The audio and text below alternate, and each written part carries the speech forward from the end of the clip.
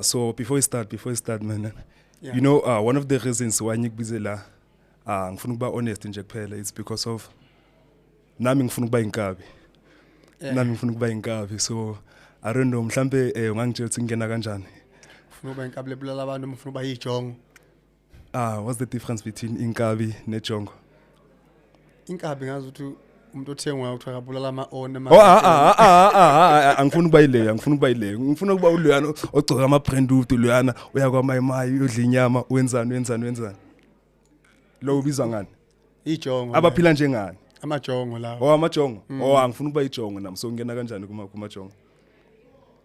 Angazi mawusukukhuleka ngako ukuthi uqala kanjani. Thina kuyiculture yasekhaya. Kuyiculture yasekhaya. Mina yabona manje angiphumi eNatal ngumsuthu kahle Yeah. but then nje ilento le ukuthi it's one of those interests nje phela you are interested in this culture. Ufuna ukufana no quality BL. Phela hle sinibona obviously kuma Instagram platforms like konke. Manje siba nale interest le ukuthi I wanna be like one of these guys nje phela like impilo yabi yangichaza yenzani. Ngicabanga ukuthi akunasikole. Akunasikole. Ukubuka nje uthande ngeke uhambe esikole uthenge into oyibonile. Bese Just ngiyangena. ukuthi yonke into eyenziwa umuntu osuke yijongo noma yibhinqi yanakeka. Okay. Uzoqoka kahle mhlambe wenza ifro B1. Ngizothini? Ubhinqi phamisana nokuyihlonipha. Kukancane ubone umuntu osuke endlini esuwenkilo aqhuphe into abhitha yakhe bese umbona hambe ephethe ingudu kaBM emgwaqeni. Yabo? Ngiyakuzwa. Because usuke yonke into eyihlazo uhlezi unokuyesaba. Awucabanga ukwenza into ukuthi abantu bazothini. Bangazi ngulo umuntu lo. Abantu bazothini. Yabona kuthina ayikho into okay kunzima ngisho ukuthi umuntu wakho pregnant. Uye photoshoot e-studio ushoot ipic umqabule isise ekhulele. Ukuba romantic lokho.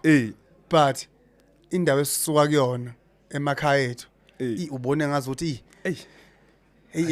sengumfana ongaphelele umthetho wobujongo ngabusangivumela ukuthi ngenza lento ufile ngathi khona into yonke into yenza ufuna like ichaze ufuna ngathi into yakho ingahlezi semgqeni ize ngenzeki kanjalo but uyafropa lapho nalapho but kunezinto oyibona ukuthi le ayingifanele le akuyona into yami le mina ngiquality mina ukuthi ngiyakwenza ukuthi angikwenzi sanibonani beautiful people, this is your boy Malume Jaro 012 aka Dr. Babila baby. You know how we're doing it, we keep it low but we stay high at the same time, and today I have the one and only Quality Biela. Unjani butwa? Ngiyaphila futhi njani? Ngiyaphila kahle. It's been a while akudala sacoca ngale interview. Ngicela ufike Quality Biela. Ngicela ufike ngoba ngiseNatal ngiyeDurban. Kwenzakala. Shuthi kahle ngibe nenhlanhla nje phela namhlanje ngitholile.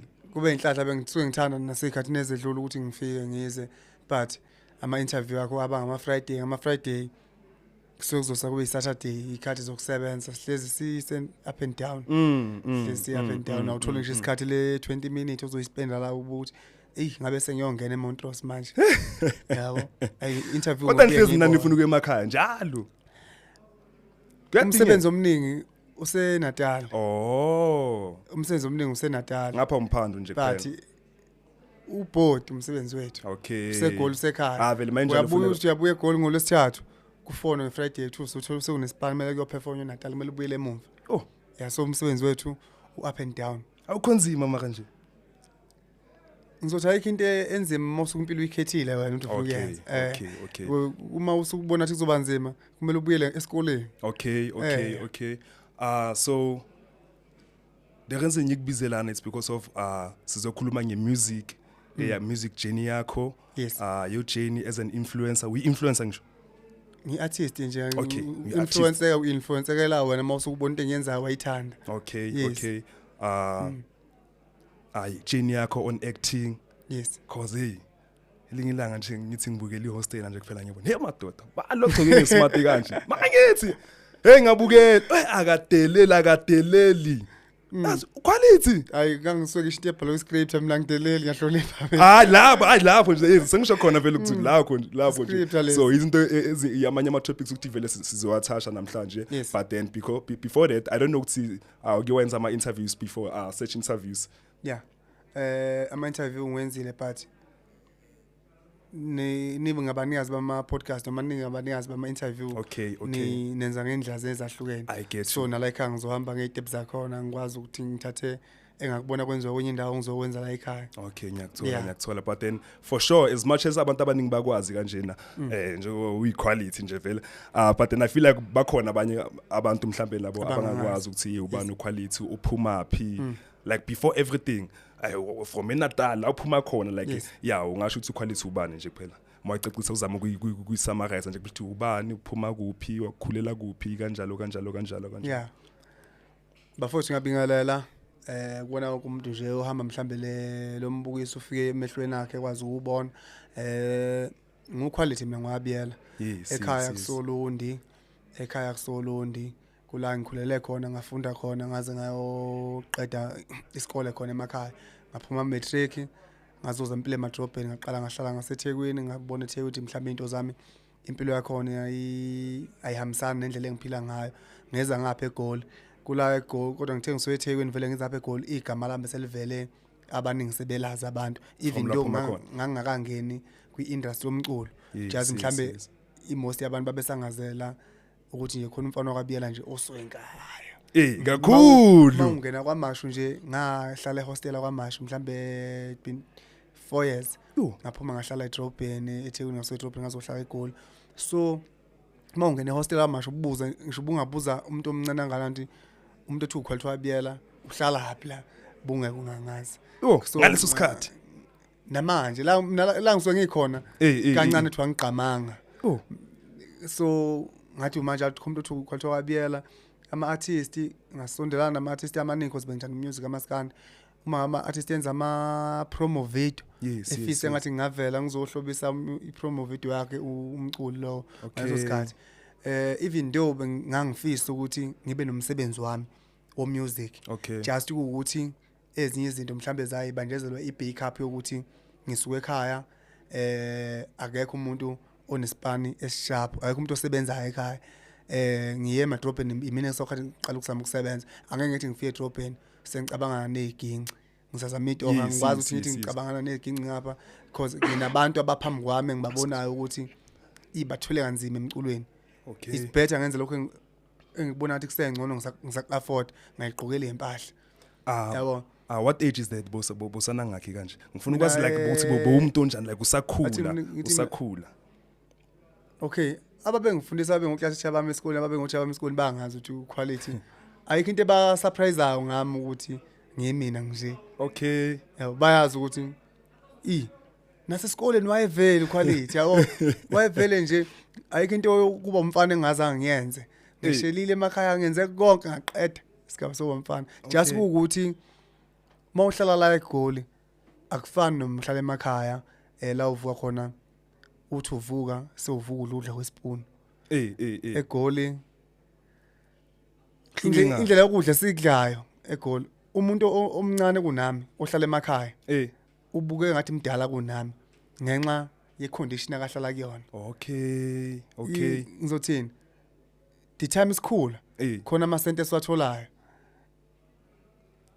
umuntu onemali ubuke ngathi mncane kunomuntu ongenayo imali the time ingekho income oyitholayo umzimba wakho lokhu ucabanga njalo umqondo lokhu ucabanga njalo yes uyaguga ngaleso sikhathi mina abantu abancane kunami babuke ngathi badala kunami siphila ama condition angafani empilo yabo okay kufuze ngabe nje amave zabe emzimini ngithedle kakhulu ngihlezi semgwaqeni ngihlezi ngicabanga nginabantu abaningi engisebenza nabo abangisebenzelayo ngihlezi ngumama ngubaba bafaneni bami noma abantu bakithi ngesibani sethembe emndenini wami into zasekhaya zonke ihlele kumina angikwazi ukufana nomuntu ocabanga ukuthi nama evuka akadle edlala ukhasini kuphela okay so angeke zisifane so manje uthe so nje ngizothi ngiqale ukwaziwa abantu ungena ekutheni ngaziwa abantu ukuduma ngicanti from 2017 uhlala phi ngaleso sikhathi ngihlala kwaMashu hostel hostel ungasho ukuthi bekunjani ukukhulela ehostel because of uyakhona ukubona buma la eGoli into kuthiwa nje ihostel ungasho indawo ekuthini like yamthusa umuntu ongakazi wahlala khona Yes. like makuthiwa hostel nje kuphela uyazi indawo ukuthi phela yamthusa umuntu sonke siyazi ukuthi yabona mina ehostel mina ngifika hayi ngishiyeni so experience yakho wena ungasho ukuthi ehostel impilo yakho sehostel bekuyimpilo njani Ngizothi and then why wakhetha ukuhlala khona ziningi indawo angaze kukhethe ukuhlala khona okay kwangifica bengenamuntu omdala wasekhaya obehlala emadolobheni okay so kwaphoqa ukuthi mangiphuma matric kumele ngithole indawo yokuhlala edrobheni wasingena isikole ngaze ngawaqeda hawu kuhle kwase kusho ukuthi uma ngicabanga ukuthi ngizohlala kuphi kanjani bengikita ingoma emakhaya kunabafowethu bangakithi bebekita ingoma engafikela kubona ngifike ehostel ngahlala lelo viki elilodwa thile ngaze ngathola ke indawo yokuthi ngihlale khona ibe neblock ehostel ngihlale kuyo so angikhetha ngihlala hostel ehostel awuhlala wedwa kuba iroom kanje umbhede wakino wakithi siba u4 na umuzi wakho uphakathi la endlini so ngahlala nabantu kanjalo kwaba mhlambe for 3 days noma for iviki kwaba nzima ukujwayela ngenxa yokuthi ngangiqala ukuthi kuthiwa ngizoba kuyi condition abantu ethiwa abangena abantu besimame angijwayela how so hlasa amadoda sodwa okay first thing namantombazane sebancane siyawathanda kodwa manje engihlala kuyo ngihlala eroom lelo kanje nembhede o4 emzini wezinsizwa kuphela emzini wezinsizwa kulala omunye umuntu wakwesinye isibongo kulala omunye umuntu waseshow wasenkandla wasenquthu wasolunda sazani siyaqana sodwa uyisigebengu uyiNazareth uyisecurity yo usebenza inkontrakini asazani siphila impilo engafani kwaphoqa ukuthi ihostel ke lihle limbi liyakutshela ihostel ukuthi hlonipha futhi liyahluphekisana yabo kuyaphileka abantu abalaphana uyakufunda ukuba umuntu uma uhlala ehostel okay yabo uyakufunda ukuba umuntu kodwa kuya ngawe ukuthi uthema ufika wafikela kubani bakwemukela kanjani because zonke umuntu ongaphakathi ehostel inhlansi egcwele emqondweni kakhulu ngoba ngihlala ehostel ngiyensizwa umunye umuntu mhlamba kalutho endlini bathini sohlala ehostel manje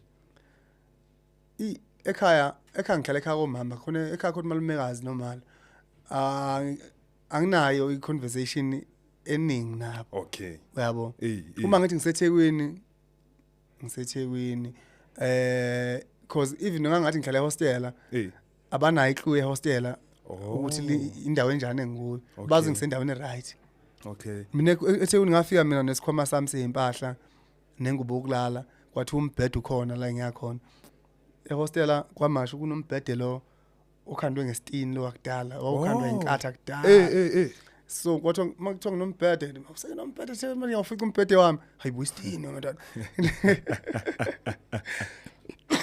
waze kwanzima ukuba umZulu yabo ngakhula waphela amaviki ngajwayela nami hayi nami abafika namsebefikela kumina bafika manje ayiseka yabo sakhula grow up ngathi thina ngazabona hayi so abafana basekhaya ekhaya siba u6 ngabafana bonke babephuma esikoleni baphuma beza kumina edrobheni sengibhudu senendle wakho kudinga le ndlela uyagibela nje kuphela sebeyagibela bese bagibela basuka Olunde eThekwini mawuye eThekwini 3 hours ukusuka ekhaya eThekwini usukuthi ususe emadrobheni uzofuna amateho straight ekhaya so manje irent ehostel hlala mahala and then ungasho ukuthi eziphi izinto ozifundise zona nje kuphela ama life lessons ingabe into ezinhle ngabe into ezimbi from lapho ehostel nje ehostel into engayifunda ekhaya ngizothi mangabe siqala zovula amehlo esikhulu bengekho umuntu omdala wesilisa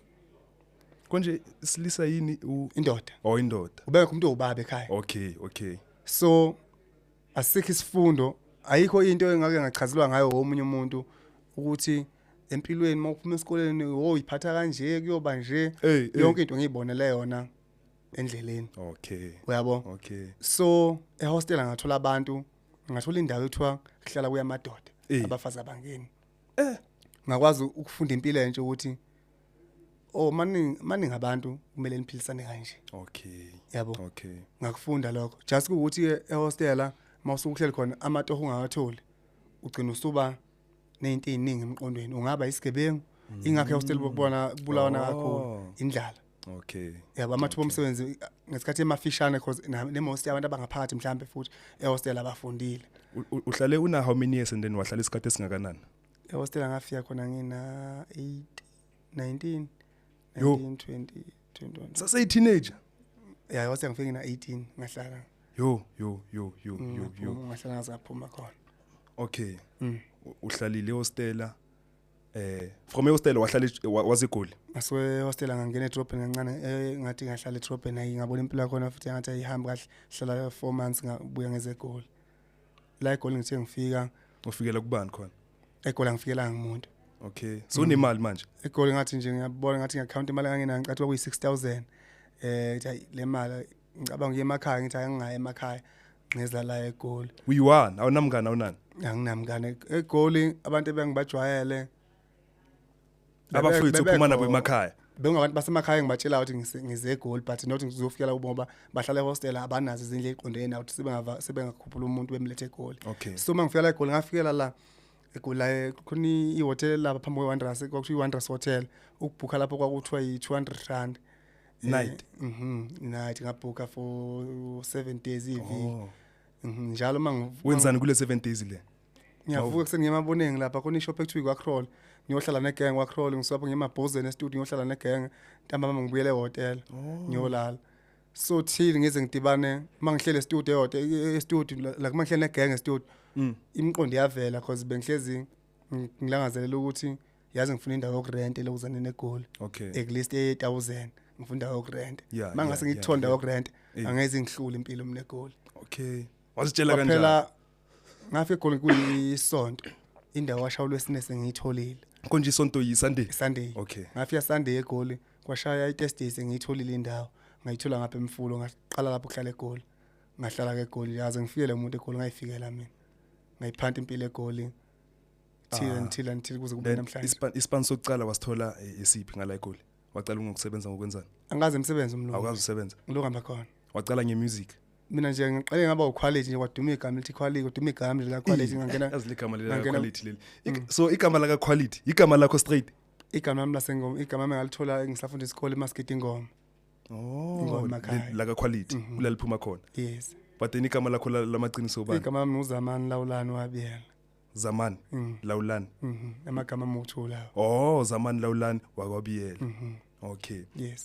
So manje ufikile ufikela kumajita njengobusha labo ucale nabo imusic. Yeah. Bese kwenzekalani ke maso uyacala manje niyacala. Uyacala nokuba estudio ngisho.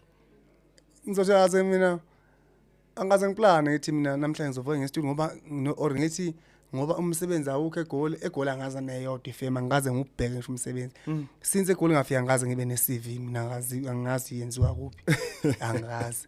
So ngisaseThekwini ungathatha udrinking yana so uyasibona ngisaseThekwini ngike ngafika eGoli ngizosebenza for kwi-hostel umuntu wangifaka wangisondeza kwi-hostel owangixhumazana ne-hostel mabengifuna kwaba ubhuti uSjava yabo uSjava wangifonela bose umazi mafika ngala bese ngimazi ngoba beke singade ngi-actor naye kwi-hostel because mina i-hostel kanti ni actor nini i-hostel ngi-actor beku 2020 so nesikhathi esingakanani useGoli?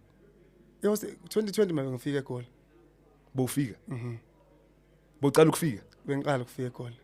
Manje ihostela ngespeed kanje abantu bayasokola abantu baya-actor benzani lana kuma theater wena ufika 2020 so ungena ku hostel? I-hostel bangithatha i-hostel ngihlala eThekwini. Okay. Ubizwa ubani? Ubani kwakuMandla N umuntu waye producer we-hostel. Okay. So bebengazela ema-video akuma uTikTok bengakabi bebengazela ama-video ku Facebook, Instagram because bengazela because bebefuna indlela yokuqoka le culture ukuthi khona umfana bamaziyo Brentwood lo bani quality. Kanti singamtholela i-position yoku-actor lapha kwi-hostel. Bengiqala ngale hostel uku-act. Bocala i-actor empilweni yakho. Actor implant bengiqala nge-hostel. And then bekunjani nje? During the shoot like yonke into enziwa like iyaqala ukwenzeka nje kuphela empilweni yakho like i-moment le ungasho ukuthi bekunjani experience leyo? Kwakuno ukujabula for ukuthi mina ngivule kwi-TV ngikujabulele after sengiqedile konke ukuthi sengihleli because yonke into yakhona ngakujabulela uma ngithola i-call but wonke umuntu ebengimbona bengimqala lapha and mangifika eGoli ngaleso sikhathi ngizo-attend uku-act ngifica abantu bakhuluma ama-languages ahlukene mhlambe ukhuluma isiZulu kwakuyimbodla lo wakuthi uDlamini ubaba kaDojakhethe noSjava la bantu abakhuluma isiZulu badala kunami futhi abantu laba nginawo ama-topic engakwazi ukuwaqoqa nabo even nangokuthi konje ubani ngimazi ngaleli lapho abomndeni bona umndeni yabo umndeni abantu ade ngibabukela kwi-TV abantu okhulu babukela kwi-TV hostel bonke abantu abenginabo la bengibabukela kwi-TV angikaze ngayimagine ngithi mina sengi-actor nabo futhi mina yabo so ngibone mhlambe ngangiyokwenza extra i-acting yami yaba yinhle but mhlambe actor esibethwa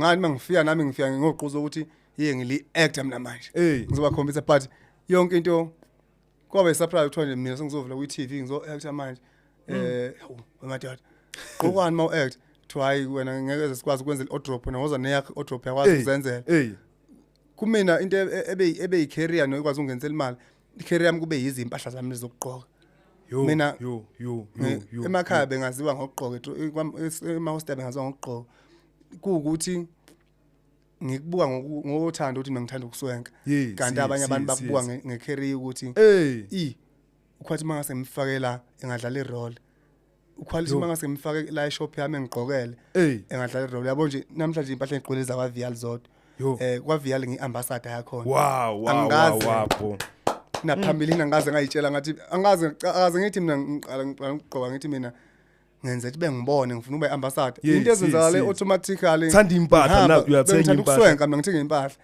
kwangena email ethi angimi ukuthenga manje mangathiwa ngifuna ukulokhuzana mangathiwa ngiyabagqokela impahla zabo ngafuna malini yangijikela le nkulumo manje ukuthi mina ngiseza ukuthenga sengizokhokhela ukuthi sengigqoka mahali impahla uyothatha impahla uphinde ukhokhele uyabo so ama-advisor njalo mawuthola i-email enjalo wayenzani wavela waziphendulela okhona mhlawumbe umuntu ube wacabanga ukuthi mhlawumbe lo muntu lo engaba umuntu ukuthi unolwazi mhlawumbe ungabuza ukuthi into eyikanje manje sisenza kanjani manje naku-music anginayo umuntu oyimanager into zami ngiyimanager mina hayi asiyeke yemanager nakuyimpahla uma kufika into eyideal kudecide mina ukuthi ngizokwazi ukwenza lokhu ngengikwazi ukwenza maka mhlawumbe ngisho ube wachacha imali encane and then bona bebheka ukuthi une-influence kakhulu nayi offer yakho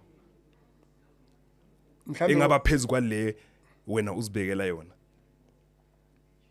mhlawumbe into efana naleyo angiyibhekanga kungenzeka babe ne-offer encane mhlawumbe babe ne-offer enkulu but then le bakuphe yakujabulisa yona because angaze ngi-expect kuthiwa ngizokhokhela ukuthi bengigqoke impahla because impahla bengiyithenga ngoba ngiyithanda impahla zokugqoka nazo ngisayithenga futhi ngayilanda impahla esitolo mhlawumbe ungigcina uyibona ngigqoke esithombeni yabo so angithanda ukwenza lokho ukuthi ngithi mina ngivumele ukuthi ngoba uthi uza nemali ngithi mina lethi imali impahla zakho egcineni ungaphindi ungibone ngigqoke indawo kumele noma ngiyoperforma ungibone ngiyifakile impahla yakho okhombisa ukuthi ngayijabulela yabo but okunye nokunye ngaba satisfied ngakujabulela ngakwemukela ngathi mina i-right le mali okay and then now ke ushuta i-hostela i-music uyayenza ngaleso sikhathi ungena e-studio uqala ukukhipha ingoma ezami uqala ukukhipha i-EP yami ngiqale ngo-2022 i-EP let me check i-EP yami uqala benga-2022 khona izinyembezi khona i-shoulder to cry yakulonyaka July i-EP yokuqala yayithi Shembe is the way. Shembe is the way. 2022. Okay. And then ungasho yini e-inspire ukuthi lelo gama Shembe is the way. Into zami ngaleso sikhathi bengakakhanyi kahle. Okay. Ngiqale ngokuduma, ngokugqoka. Imosi yabantu basemakhaya bebengangiphe mhlambe amandla. Okay. Ukuthi angiqhubeke bayibona into engiyenzayo ngizothi most yabantu abangamajongo mhlambe before phambilini bebe nama fake account bengithuka bethi uyaswenka kakhile kubo benamagama amaningi akumele engidefeat ne. Okay. So ayikho into oyasho umuntu ngame ngayilalela but ngibe umina till ngize ngifind out ukuthi akekho umuntu oyisitha sami kubona bonke labantu. Okay. Sengibona manje uyabona makufika TikTok ungivezela ithi nginabantu abaningangalana ngiba influence ithi abaswenke. Because wonke umuntu oyijongo namhlanje wenza into ebengiyenza phambilini le ababeyigxeka bethi abed. So la abantu bebengangizondi ngoba bengithuka babe nomona ukuthi ngoba mncane ungangathi how come yabo. So wonke umuntu obengithuka before is not like ubengithuka ngoba ngizonda ube nenhliziyo eba nomhawu ukuthi why ngingabi yimi lo bobaqindezela ubefuna ukuthi engashintsha mina ngibe uye yena ebe yimi till ezethole iplan ukuthi naye ekwazi ukuphila base bebona bayeke ungizonda bonke manje mabethola imali bathenga ama brand nama arbiter bengibhekelanga ngakhona befuna ukuzoshutha nami befuna ukuzongicela udumo yabo. So ngicabanga ukuthi mina amajongo futhi ngizothi nje ebantwini kumajongo 90% ngibayeke laba abangobaba bama brand laba bakudala nama grant abantu laba bevele bekhona leyo 10% but 90% lamajongo aphila ispirit sami bayimina bonke. Okay. Amajongo. And then ungasho ukuthi i-music industry njani ngolwazi lakho so far the way wena uyibone ngakhona ku music igraph yakho ne fluctuate up and down ne. Kuba right kubhede kube right kubhede but ngiphila nabantu mina abantu mhlawumbe ngathi mabangipha amandla ukuthi umsebenzi wami ngikhulise njalo. Ubhikzu nje no Sjava abantu ebengike ngithi mangabe ngikhulu ngixoxa nabo ikakhulukazi umuntu engihlezi ngixoxa naye kakhulu uBhikzu. Okay. So shout out to Big Zulu. So uma ngabe unabantu abasobe bebadala akade bafika entweni ezinye izinto azibinzima kakhulu. Okay. Uyabo ikakhulukazi kokomculo noma kuthiwa khona into esiphoxa ngana nokubona lento lecishe ngayiphendula ngama feelings ukuthi ngicina sengikhohlwa ukuthi mina ngiquality. Yes. Bangabantu abakwazi ukuthi inkulumo bekwenza uunderstand ngenye indlela ukuthi hayi ungayiziba leyo nto leyo. Okay. Yabo but ukuphila nabantu esibadala kwi-industry kungisebenzelile mina ezinye izinto ebangumthwalo kakhulu kumina. Okay. And then because of asinaso isikhathi esiningi ngalendlela le then izinyembezi yona ungasho ukuthi bokwenzakalana ukuze ukhiphe izinyembezi. Ngicabanga ukuthi ingoma yakho lapha ithi ngakhala zoma kusho umthandeni ifune ebusuku ngilele wakhala zoma. Le ngoma ithi ngakhala zoma inyembezi ngangikhuluma ngabafowethu esinabo kwi-industry or noma angakubona ku-industry abafowethu abangasenabo omama ikhuluma ukuthi kuhlungu ukushiya omama. Mina wami mama ngisasenaye but okunzima kakhulu ukuthi abantu sisebenza ngomculo abantu abasigxeka abasithukayo ibona benza ama-event engabe basiqasha ukuze sikwazi ukujabulisa omama kodwa yiba basicisha amandla abakwazi ukuthi sibajabulise omama thina sisasenabo. Kuyafana nokuthi abazali bethu abajabule ngathi ngoba umsebenzi wethu esiwenzayo sincishwa amandla abantu esisebenza nabo. Ubhlungu and then My shoulder to cry my shoulder to cry benginentombi ibisaseyintsha i-album yami lena intsha lena benginentombi eseyintsha. Ngiyabona ya July manje ibika zonke inkinga kimi nami ngiyibikele zami inkinga yabo so umuntu engazi uma ngabe ngineyinkinga ngixabene nani la etshwaleni i-shoulder to cry emsendli ngizofika ngiyibikele zonke inkinga yavela hlala 1 month yaphuma yo.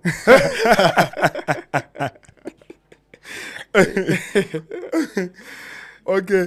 And then uyakhula October senzani ke uyakhula October nge6 angazi ukuthi mhlawumbe ikhona into oyiplanile ukuyenza or mhlawumbe ini for abantu nginendawo abalandelela uquality. Nginendawo yobumnandi la eGoli ethu Deluxe Lounge. Okay.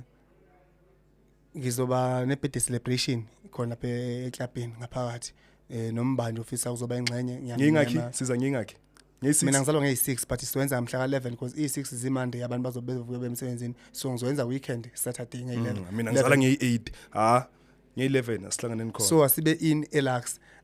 Ngicabanga ukuthi nje bafethu bonke mhlambe ezinye izinto abahlezi beyibukela kude bazoyibonela eduze abaculi amajongo zintombi majongo zobe zikhona sikisi nempahla ngicathi ama brand engisebenzisana nawo azobe ekhona mhlambe onke lapha ekuzanene eminyanga beka ama branch like nje konke kuhamba kahle on point icrawl ivial azobe maningi 11 October 11 October izobe zikhona lapha ekuzanene clubini utshwala buyadayisa ngaphakathi ikhula box noma ayishiye endlini kuzobe kumnandi kakhulu sobe sikhona performance kuzobe kulate nizohlala nathi endaweni eyodwa amapha ama brand ongathanda ukukhuluma ngawo mhlambe ukuthi usebenzisana nawo manje yeah ibrand engisebenzisana nayo on point ngisebenzisana nayo okay ila itholakala khona la eMaboneng ishop yakhona kube iNew Jack ngisebenzisana nayo kube ikonke khamba kahle inama shop amaningi manje konke khamba kahle ngoba iPavilion eThekwini la ePitoli Main Lane Standardton eMpumalanga iningi indawo ikonke khamba kahle noma ungena uyicheck ngiambassador ngibrand ambassador yakhona maningi kakhulu ama brand but nje uma ungena kuyilokuzane yami kwi-Instagram yami Facebook yami kuma bio avela onke ama shop engisebenza nawo okay yes i message ongathanda ukuyishiya ku wonke umuntu obukela ku Quality BL like umuntu uthi yazi mangabona ngingazibona ngifana no Quality BL or ini nje any words of motivation ongathanda ukubashiyela wonke umuntu obukele la ongathini ku ngilandelwa kakhulu nendlela futhi ongajabulela ukuthini ukhunjule ngayo yes ngilandelwa kakhulu abantu abasebancane abantu abangilandela abancane abadala so kodwa ngizoxoxa kakhulu kubafutha abancane ngiyazi ukuthi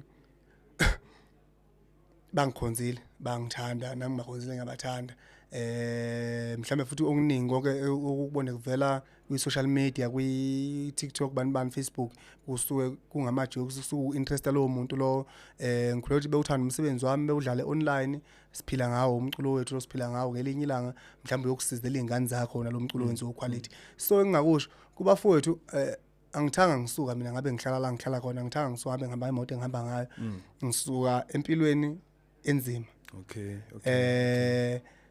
ngeke ngangaba nje kodwa nginesifiso sokuthi ngibe nje ngelinye ilanga so kumuntu osasemncane ngeke ngithi engathuyeka isikole usiyethu ufuna ukufana nami because akangazi mina before eminyakeni ewu5 edlule benginjani mhlawumbe mangathi ufuna ukufana noquality bese omunye umuntu embonisa isithombe ethi uquality ube nje eminyakeni ewu5 zibalele wena ukuthi kusuka kulonyaka uya ku5 years uzobunjani manje uquality sewusaba nje uyabo so useshaba yabo useshaba bese nje usaba nje ngiyathuka ngithi useshaba man useshaba usheje so abafowethu ngikhuleka ukuthi yazi bafowethu ungayithanda indlela esiyiyo indlela yokugqoka indlela umculo wethu but uyenze into ezoba isicucu sokuphila sokuthi noma uthi impilo yakujikela uma unokha unokuphethe nesandleni okay yaba abafowethu benze icucu zempilo cause empilweni awuhlonishwa ndawo mawungenayo imali okay bafethu asihlanganeni nge11 zaka October eDeluxe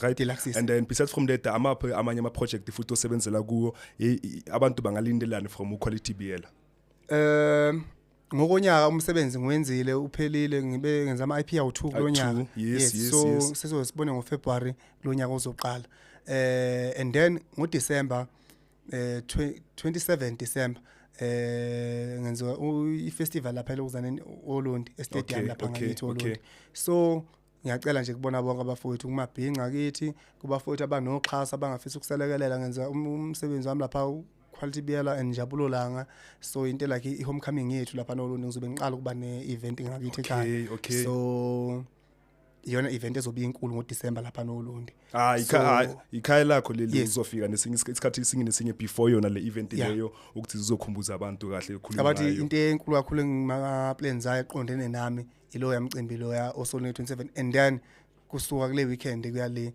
ngicabanga ukuthi ama post avela iviki neviki ayikho weekend engifree ngayo ngiyasebenza kuwonke but ama bookings sitawathatha siyafisa ukusebenza sisebenzisana kahle nabafowethu ngisho ngisenza kaze ngaphoxeka kona kumsebenzi abafowethu masifika hlezi bejabulile yes endaweni siyabo thank you very much ladies and gentlemen that was Quality BL and this is Real Kopoza Mzansi. My name is Malume Charo 012 aka Dr. Baby Live baby.